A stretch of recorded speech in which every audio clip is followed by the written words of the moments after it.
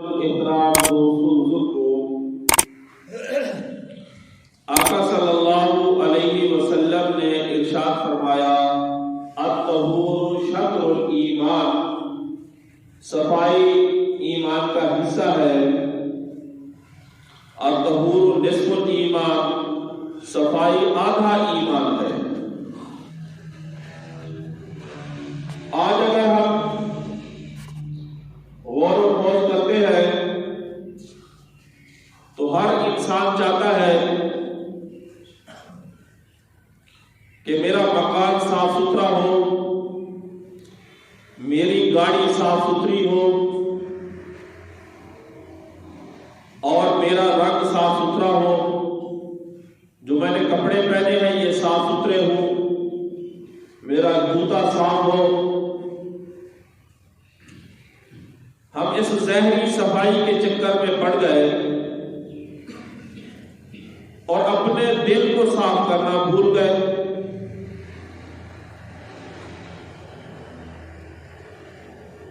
آپ یہ بتائیں کہ کوئی انسان جان بوجھ کر اپنے کپڑے گندے کرتا ہے؟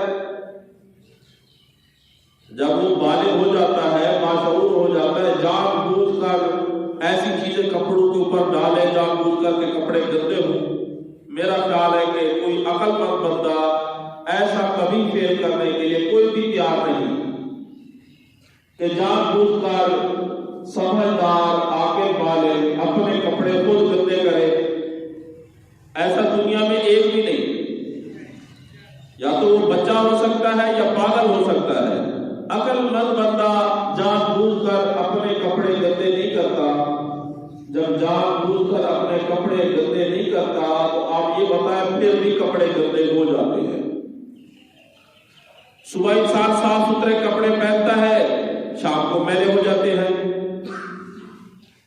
حالانکہ کوئی چاہتا نہیں کہ میں اپنے کپڑے گندے کروں، اس کے باوجود کپڑے گندے ہو جاتے ہیں۔ ایسے کوئی مسلمان یہ نہیں چاہتا کہ میں گناہ کروں، نہ چاہنے کے باوجود پھر بھی گناہ ہو ہی جاتا ہے۔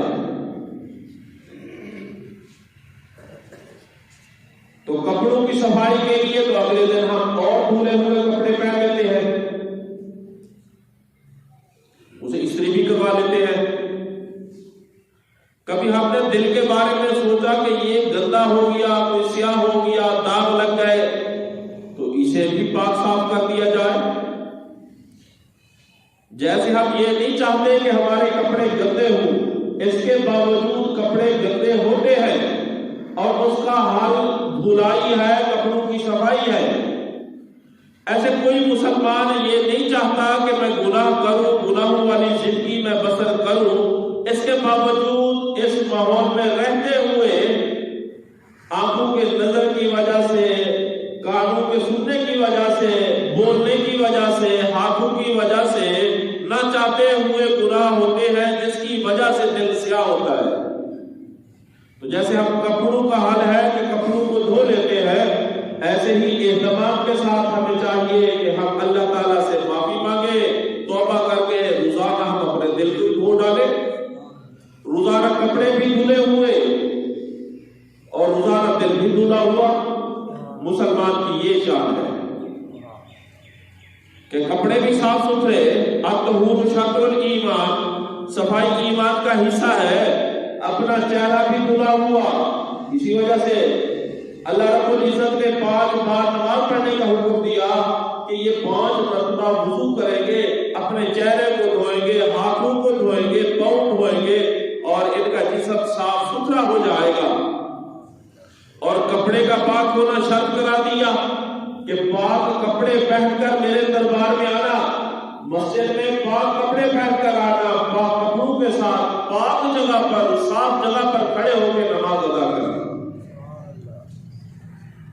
تو جیسے کپڑوں کی صفائی کا ہم اہتمام کرتے ہیں، جسم کی صفائی کا اہتمام کرتے ہیں، اس سے زیادہ ضروری ہے کہ ہم ہر روز اپنے دل کی صفائی کا بھی اہتمام کریں۔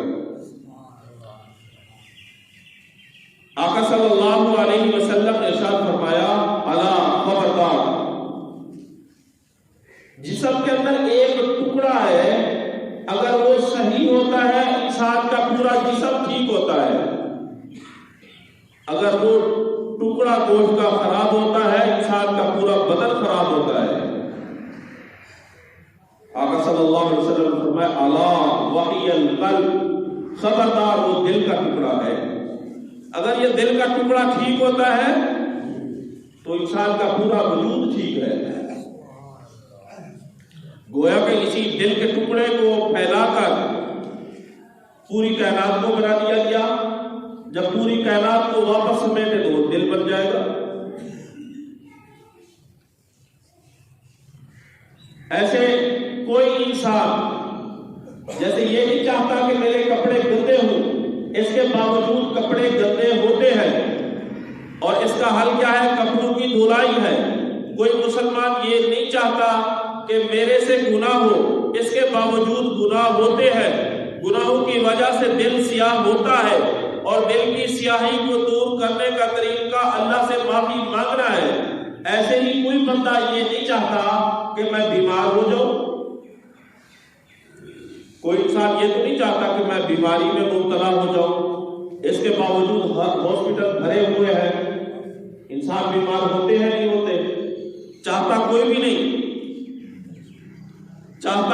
نہیں کہ میں بیمار ہو جاؤں، اس کے باوجود جس بندے سے پوچھیں گے کوئی معدے کا مریض ہے، کوئی آنکھوں کی بیماری میں مبتلا ہے، کسی کو ہارٹ کا مسئلہ ہے، کوئی گردوں کی تکلیف میں مبتلا ہے، کوئی جگر کے مثانے کی گرمی کی وجہ سے پریشان ہے، بازو کے گھٹنوں میں درد ہے، مختلف بیماریوں کے اندر ہم مبتلا ہوتے ہیں، حالانکہ چاہتا کوئی بھی نہیں۔ جیسے جسمانی بیماریوں کو چاہتا کوئی نہیں، اس کے باوجود بیماریاں جسم کو لگتی ہے، ایسے دل ہی ایسا ہے کہ کوئی نہیں چاہتا کہ میرے دل کے اندر خرابی ہو، اس کے باوجود دل کو بھی بیماریاں لگتی ہیں، اس کو گناہوں کی بیماریاں لگتی ہے، دل کے اندر حسد پیدا ہوتا ہے، کینہ پیدا ہوتا ہے، عداوت پیدا ہوتی ہے، منافقت، بخل، لالچ، چغل خوری، جھوٹ، عناد، اس قسم کی بیماریاں یہ دل کی بیماریاں ہیں، گناہوں والی بیماریاں ہیں۔ اور اگر ہمارے جسم کو کوئی بیماری لگتی ہے، کسی کو شوگر ہو گئی تو ساری زندگی وہ گولی کھانے پہ مجبور یا انسولین پہ مجبور ہے۔ بلڈ پریشر کی بیماری ہوئی، وہ صبح شام بلڈ پریشر کی گولی کھانا فرض سمجھتا ہے، اور اس سے زیادہ اگر گولی نہیں کھائے گا، زیادہ سے زیادہ موت واقع ہو سکتی ہے، اور کھانے سے بھی موت نہیں روک سکتی۔ صبح شام اہتمام کے ساتھ جو انسولین لگاتے ہیں، گولیاں کھاتے ہیں اور موت نہ آئے، ایسا کوئی انسان نہیں، موت نے پھر بھی آنا ہے۔ اور اس سے بڑی گناہوں والی بیماریاں جو دل میں کھڑی ہیں، اس کے علاج کے لیے فکر ہی نہیں۔ جسمانی بیماری کے علاج نہ ہونے سے فقط موت واقع ہو سکتی ہے، اور اس سے کوئی بچ نہیں سکتا۔ اگر کوئی بچ سکتا تو جب آقا صلی اللہ علیہ وسلم اس دنیا سے رخصت ہونے لگے، اگر بچاؤ ممکن ہوتا، کوئی اپنی زندگی دوسرے کو دے سکتا، تو ہر صحابی رسول 1000 مرتبہ اپنی بقیہ زندگی آقا کے نام پہ وقف کرتا کہ چند سانس میرے آقا کو مل جائے۔ آج 14 صدیاں بیت گئی، اس کے باوجود مسلمان اپنی زندگی آقا صلی اللہ علیہ وسلم کے نام پہ قربان کرنا سعادت سمجھتا ہے، تو صحابہ کے دل میں آقا صلی اللہ علیہ وسلم کی کیا محبت تھی۔ تو جیسے ہم جسمانی بیماری کا خیال کرتے ہیں، اس کے علاج کی کوشش کرتی ہے، اور کرنی بھی چاہیے، علاج سنت ہے، اس سے زیادہ کوشش دل کے بیماریوں کی کریں کہ دل کے اندر گناہوں کی بیماریاں لگ چکی ہے۔ آج اگر ہم محاسبہ کریں، اپنے برادریوں میں جائزہ لیں، بھائی بھائی کے ساتھ بغض رکھے ہوئے ہیں، بھائی بھائی کا گریبان پکڑے ہوئے ہیں، کبھی اس کا اظہار عدالت کے اندر کیسوں کی صورت میں کرتے ہیں، کبھی لڑائی کی صورت میں، کبھی بازاروں چوکوں چوراہوں پہ بیٹھ کے کہتا ہے کہ فلاں میرے بھائی نے میرا حق کھا لیا، میرے ساتھ یہ زیادتی کی۔ اور اللہ تعالیٰ اگر دنیا کے اندر چند ٹکے کسی کو دے دے، دوسرے کو برداشت نہیں ہوتے۔ حسد اتنا ہے، اس کے پاس گاڑی آ گئی، اس کے پاس بنگلہ آ گیا۔ اس حسد اور کینے کا مبتلا کتنے ہم مسلمان گر چکے کہ دل کی کوٹڑی کبھی صاف نہ کر سکے۔ اگر یہ دل کی کوٹڑی صاف ہوتی، آخرت بن جاتی۔ بیٹھ کے ہم محاسبہ کریں دل میں، اللہ سب کو اور پہاڑ سے بڑے بڑے سونے کے پہاڑ دے دے تو اس میں ہمارا کیا نقصان ہے؟ دینے والا کون ہے؟ رب ہے۔ مجھے ضرورت ہے، میں اپنے رب سے مانگ لوں، ان کے پاس سونے کا ایک پہاڑ ہے، میں 2 مانگ لوں۔ یہ تو بندے اور رب کا تعلق ہے۔ اپنے لیے مانگنا اور بات ہے، دوسرے کے لیے جلنا اور بات ہے، حسد کرنا اور بات ہے، کینہ رکھنا اور بات ہے۔ جب پیدا کرنے والا ہم سب کو اللہ ہے تو دینے والا کون ہے؟ اللہ ہے۔ اللہ ہی تو ہمارے خالق ہے تو اللہ ہی ہمارے رازق ہے۔ تو یہ ہم اپنا محاسبہ کریں، دوسرے کے ساتھ خیر خواہی بھلائی اگر نہیں کر سکتے، بس پھر اپنے ذکر اذکار میں لگے رہے، اپنی آخرت سنوارتے رہے۔ دوسروں کے لیے توہ لگانا، جستجو کرنا، دکانوں پہ بیٹھنا، یہ کوٹھی کیسے اس کی بن گئی، اس کے پاس گاڑی کیسے آ گئی، یہ کیا آ گیا۔ تو اس طرح یہ مذہب اسلام اس کی اجازت نہیں دیتا۔ یہ دل کی بیماریاں پیدا ہوتی ہیں، تب انسان ان چکروں میں پڑتا ہے۔ سب کے لیے دعا مانگنی ہے، اپنے دل کو صاف کرنا ہے۔ بعض دفعہ ہم کسی کے حسد کا بدلہ لے رہے ہوتے ہیں، اس نے میرے ساتھ حسد کیا ہے، میرے ساتھ زیادتی کی ہے، میں بھی کروں گا۔ نہیں، دوسرے کو ہم ٹھیک نہیں کر سکتے۔ ہر ایک خود محتاج ہے، اپنے دل کی صفائی کرے۔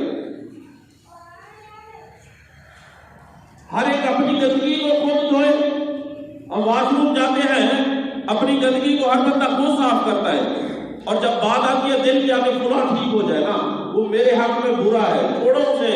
اپنے دل کی کوٹڑی کو ٹھیک کرو، چھوڑو، بھائی کو چھوڑو، اولاد کو چھوڑو، بیوی کو چھوڑو، رشتہ داروں کو چھوڑو، ہمسایوں کو چھوڑو، ہر ایک اپنے دل کی کوٹڑی صاف کر لے۔ جب یہ کوٹڑی دل کی صاف ہو جاتی ہے، پھر اللہ تعالیٰ کی طرف سے اس کے اندر نور آتا ہے۔ اور جب تک یہ کوٹڑی کے اندر گناہوں کی بیماریاں رہتی ہے، اس کے اندر تاریکی ہوتی ہے۔ الظلم ظلمات الی یوم القیامہ، پھر یہ قیامت کے دن تک یہ تاریکی اور اندھیرا رہے گا، یہ کوٹڑی ویران رہے گی۔ اور جب اس کی ہم صفائی کریں گے تو پھر نور من نور اللہ کا نور آئے گا۔ روڈ پہ جب گزر بسر ہوتا ہے، رات کی تاریکی کے اندر جب گاڑیاں سفر کرتی ہیں، تو ہر ایک کو اپنی فکر ہوتی ہے کہ میری گاڑی کی لائٹ ٹھیک ہو تک میں سفر کر سکوں۔ وہ لاہور سے کراچی، اسلام آباد کا سفر کرتا ہے، تو ہر ایک کو اپنی لائٹ کی فکر ہوتی ہے میرے پاس روشنی ہو، دوسرے کی فکر کسی کو نہیں ہوتی۔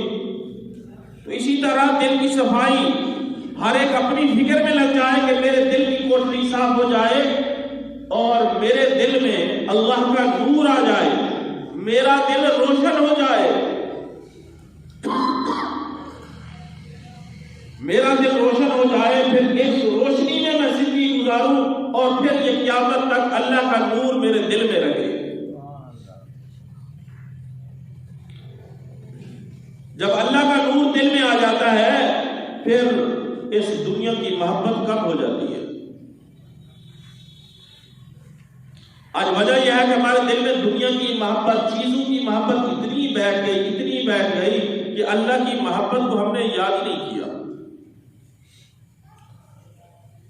آقا صلی اللہ علیہ وسلم اس دنیا میں تشریف لائے، آقا صلی اللہ علیہ وسلم نے صحابہ کو جو تعلیم دی اور جو تربیت دی اور تمام صحابہ کی دل کی کوٹھڑیوں کو صاف کیا اور اللہ کا نور بھر دیا، وہ آپس کے اندر شیر و شکر ہو گئے اور آپس کے اندر ایک دوسرے کے خیر خواہ ہو گئے۔ آج جب ہمارے دل کی کوٹھڑی صاف نہیں، اس وجہ سے معاشرے کے اندر ہم دیکھتے ہیں کہ بگاڑ ہی بگاڑ ہے، فساد ہی فساد ہے، ہر ایک دوسرے کو تکلیف دینے کے چکر میں ہے، زبان کے ساتھ، ہاتھ کے ساتھ۔ اور آقا صلی اللہ علیہ وسلم نے مسلمان کی شان بیان فرمائی، المسلم من سلم المسلمون من لسانه ويده، مسلمان وہ ہے جس کی زبان اور ہاتھ سے دوسرے مسلمان محفوظ ہوں۔ آج اگر کسی کے پاس تھوڑی سی طاقت آتی ہے، اس طاقت کے بل بوتے پہ وہ دوسرے مسلمان کا نقصان کرنا چاہتا ہے۔ کوئی سرکاری عہدہ آ گیا، اب یہ غربا کی جیب سے پیسے نکال رہا ہے طاقت کے عہدے پہ، طاقت کے بل بوتے پہ۔ مسلمان کی یہ شان ہوتی، مسلمان تو ایسے کبھی بھی نہیں ہوا کرتا تھا۔ تابعین کے دور پہ ایک تابعی رسول تھے،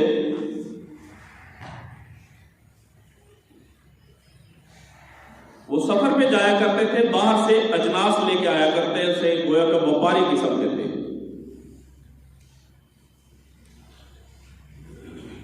یمن چلے جاتے، وہاں سے گندم، جو، باجرہ، یہ اجناس اکٹھی کرتے، واپس آ جاتے، پھر عرب کے اندر آ کر وہ چیزیں بیچا کرتے تھے۔ اور جب وہ تجارت کی غرض سے گھر سے نکلتے تو انہیں 3-4 مہینے لگ جاتے، اجناس جمع کرتے، خرید کرتے، اس کو لے کر آتے، تو 3-4 مہینے انہیں وہ بھی لگ جاتے، پھر بقیہ صاحب وہ اپنے گھر میں رہتے۔ اب جب سفر پہ گئے انہیں خیال آیا کہ میں نے گناہ تو کرنا نہیں، میں سفر پہ آیا ہوں تو اللہ نے جوانی دی ہے، تو یہاں میں کوئی شادی کر لوں کسی بیوہ عورت سے تاکہ گناہوں سے بچ سکوں۔ تو یمن کے اندر ایک بیوہ عورت کو پیغام میں نکاح کیا اور ساری اپنی ڈیٹیل بتائی کہ سال کے اندر صرف 4 مہینے میں جب یمن میں آؤں گا اور آپ کے پاس ٹھہروں گا، پھر 8 مہینے کا راشن دے کر میں واپس گھر چلا جاؤں گا، میں نکاح کرتا ہوں اس شرط پر ہر سال 4 مہینے آپ کے پاس آؤں گا۔ وہ بیوہ عورت تھی، اس کے بچے تھے، وہ بے یار و مددگار تھی، اس نے کہا چلو ایک سہارا مل جائے گا، حلال طریقے سے میرے بچوں کا راشن مل جائے گا۔ نکاح کر لیا، 4 مہینے کے بعد پھر واپس اپنے گھر تشریف لائے۔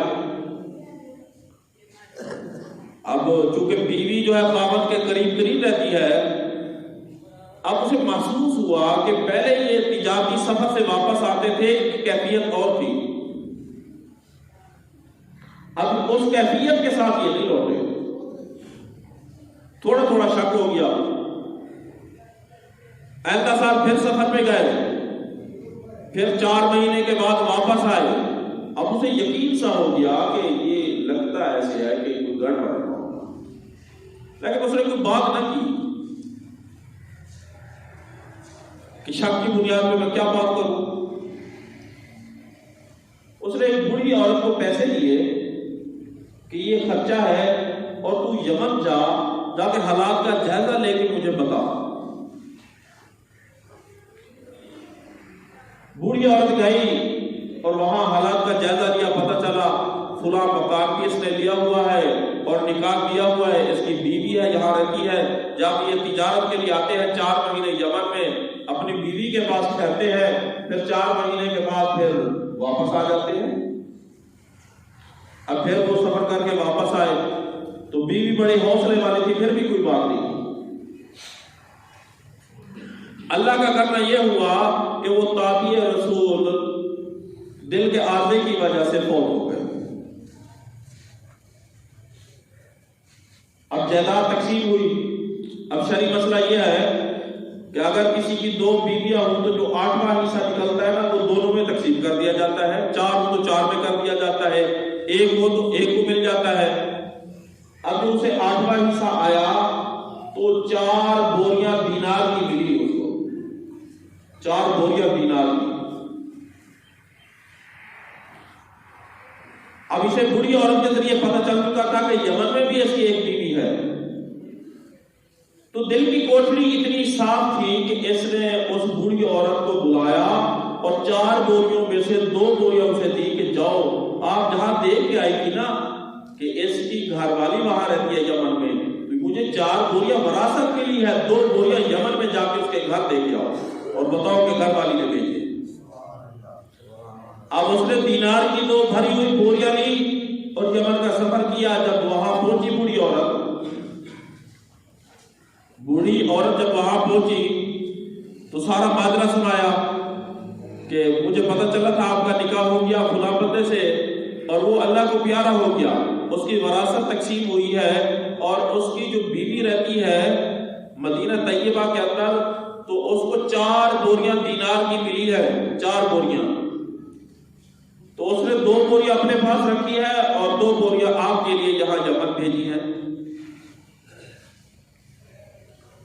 جب یہ خبر پہنچی تو وہ بڑی روئی. جب تھوڑا صبر آیا تو اس کے بعد اس نے بتایا کہ یہ 2 بوریاں آپ واپس لے جائیں. جب یہاں سے وہ سفر پہ آئے تھے میرے سے واپس گئے تو جاتے ہوئے مجھے طلاق دے کے گئے تھے اور میری عدت پوری ہو چکی, اب میں اس کی وارث نہیں کر سکتی. یہ 2 بوریاں لے جاؤ وہاں جا کر پہلے والی بیوی کو دو, میرا حق نہیں ہے. تو یہ عورتوں کا یہ حال تھا. دنیا سے محبت نہیں تھی, بوڑھی عورت لے آئی واپس آ کے دی. آج ہم اپنا محاسبہ کرتے ہیں کہ ہم اپنے حقوق کو لینے کے لیے کیا ہر روز فساد ہے, معاشرے کے اندر جو بگاڑ ہے وجہ کیا ہے کہ یہ ہمارا دل کی کوٹھڑی ٹھیک نہیں. آقا صلی اللہ علیہ وسلم نے فرمایا کہ دل کے اندر ایک ٹکڑا ہے جب وہ صحیح کام کرتا ہے پورا جسم ٹھیک رہتا ہے, اور وہ ٹکڑا کیا ہے, الا وحی القلب, وہ قلب ہے. تو جیسے کوئی انسان یہ نہیں چاہتا کہ میں اپنے کپڑے گندے کروں, جان بوجھ کر کوئی بھی عاقل بالغ اپنے کپڑوں کو گندا نہیں کرتا, اس کے باوجود کپڑے گندے ہو جاتے ہیں. صبح کپڑے پہنتا ہے, شام کو کپڑے گندے ہو جاتے ہیں اور پھر وہ دھلائی کر کے اگلے دن پھر پہن لیتا ہے. ایسے کوئی مسلمان یہ نہیں چاہتا کہ میں گناہ کروں, اس کے باوجود گناہ ہو جاتے ہیں, دل پہ اس کی سیاہی چڑھ جاتی ہے. جیسے روزانہ دھلے ہوئے کپڑے پہنتے ہیں, کپڑوں کا خیال کرتے ہیں, تو دل کی کو زیادہ ضرورت ہے کہ دل کا خیال کرے اور روزانہ دل کی صفائی کر لے, اللہ تعالیٰ سے معافی مانگ لے کہ یا اللہ دل میں بد نظری ہوئی, میرے کانوں نے برا سن لیا, زبان نے جھوٹ بول لیا, جو میرے سے کمیاں کوتاہی ہوئی یا اللہ معاف فرما دیجئے, میرے دل کو صاف کر دیجئے. ہر روز دل کی صفائی ہو جائے. روزانہ جیسے جسم کو صاف کرتے ہیں نہا دھو کر, ایسے روزانہ دل کو بھی صاف کرنا چاہیے. جیسے کوئی انسان یہ نہیں چاہتا کہ میں بیمار ہو جاؤں, اس کے باوجود ہر انسان کسی نہ کسی بیماری میں ضرور مبتلا ہوتا ہے. پھر وہ جسم کی بیماری کا علاج کرواتا ہے, کبھی بلڈ پریشر کی بیماری کا, کبھی شوگر کا, کبھی گھٹنوں میں درد کا, کبھی معدے کا.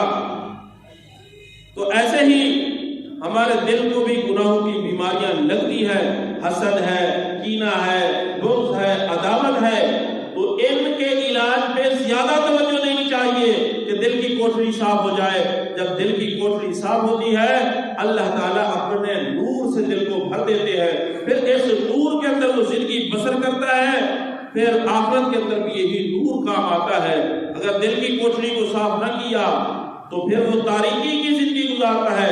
الظلم ظلمات الی یوم القیامہ, پھر تاریکیاں ہی تاریکیاں رہتی ہے اور پھر اس تاریکی کے اندر وہ زندگی گزارتا ہے اور پھر نہ اسے نماز نماز پڑھتے ہوئے لذت آتی ہے، نہ قرآن کی تلاوت کرتے ہوئے لذت آتی ہے، نہ تسبیحات کرتے ہوئے لذت آتی ہے۔ کیوں؟ دل ویران ہے، دل کی کوٹری سیاہ ہو چکی۔ دل کے اندر جب اللہ کا نور ہوتا ہے پھر عبادت کا مزہ اور ہوتا ہے۔ معین الدین چشتی اجمیری رحمت اللہ علیہ بڑے بزرگ گزرے ہیں، ایک جگہ انہوں نے بیان کیا 1,00,000 بندے نے ان کے ہاتھ میں کلمہ پڑھ کر اسلام میں داخل ہو گئے۔ اب بادشاہ وقت کو فکر ہوئی کہ ایسے یہ تو مذہب اسلام پوری دنیا کے اندر غالب ہوتا چلا جا رہا ہے، اس کو رکاوٹ کے لیے انہوں نے انتظام کیا۔ معین الدین چشتی اجمیری ایک مسجد میں عبادت کیا کرتے تھے، تو بادشاہ وقت نے ایک لڑکی کا انتخاب کیا کہ یہ جائے گی رات کو معین الدین چشتی اجمیری کو اپنی طرف متوجہ کرے گی، اس کے دل کی کوٹری سیاہ ہو جائے گی۔ جب سیاہ ہو جائے گی جو نور پھیل رہا ہے، اسلام پھیل رہا ہے، یہ اسلام رک جائے گا اور پھر ہمارا مذہب جو ہے یہ غالب آ جائے گا، عیسائیت دنیا کے اندر غالب آ جائے گی اور مذہب اسلام پہ رکاوٹ ہو جائے گی۔ وہ میک اپ کر کے ہار سنگار کر کے رات کو مسجد میں پہنچی اور بیٹھی رہی ہے کونے میں۔ حضرت معین الدین چشتی اجمیری رحمت اللہ علیہ ساری رات اللہ تعالیٰ کی عبادت کرتے رہے۔ صبح ہوئی اور وہ عورت چلی گئی، معین الدین چشتی اجمیری نے اس طرف دیکھا ہی نہیں۔ اگلی رات آئی، تیسری رات پھر اس کی تربیت کی گئی کہ اگر وہ آپ کی طرف توجہ نہ کرے تو تم اپنی طرف متوجہ کرنے کی کوشش کرنا۔ تو تیسری رات جب تہجد کا وقت ہوا، اس لڑکی نے معین الدین چشتی اجمیری کو اپنی طرف متوجہ کرنے کی کوشش کی اور کہنے لگی، اے معین الدین تو میری طرف دیکھ تو صحیح، دنیا میرے دیدار کے لیے ترستی ہے، اللہ نے کتنا مجھے حسین بنایا ہے، میں اتنی حسین ہوں، دنیا میرے دیدار کے لیے ترستی ہے۔ آج تیسری رات ہو گئی، میں تیری مہمان ہوں، تو نے ایک دفعہ نظر اٹھا کر میری طرف نہیں دیکھا، وجہ کیا ہے، ماجرا کیا ہے؟ حضرت معین الدین چشتی اجمیری نے جواب ارشاد فرمایا، اے نوجوان لڑکی، اس وقت میں اس ذات کا دیدار کر رہا ہوں جس نے تجھے اتنا حسین بنایا، جب میں اس کے دیدار سے فارغ ہو جاؤں گا پھر میں تجھے دیکھوں گا۔ تو وہ یوں عبادت کیا کرتے تھے، اپنے رب کا دیدار کر کے، رب کے دیدار کا تصور کر کے۔ حدیث پاک کے اندر آتا ہے عبادت ایسے کر، ایسے عبادت کر کأنہ فإن لم تكن تراه أن تعبد الله كأنك فإن لم تكن تراه فإنه يراك۔ ایسی عبادت کر کے تو اپنے رب کو دیکھ رہا ہے۔ اگر یہ تصور تجھے پیدا نہیں ہوتا تو کم از کم یہ تو کر لے فإنه يراك کہ وہ رب تجھے دیکھ رہا ہے۔ وجہ کیا تھی؟ ان کے دل کی کوٹری صاف تھی اور عبادت کے اندر مزہ آتا تھا، لطف آتا تھا۔ اللہ تعالیٰ سے دعا ہے اللہ تعالیٰ ہمارے دل کی کوٹری کو صاف فرمائے تاکہ عبادت کے اندر ذوق پیدا ہو، شوق پیدا ہو۔ اللہ تعالیٰ میرے آپ کے دل کی کوٹری کو صاف فرمائے۔ وآخر دعوانا الحمدللہ رب العالمین۔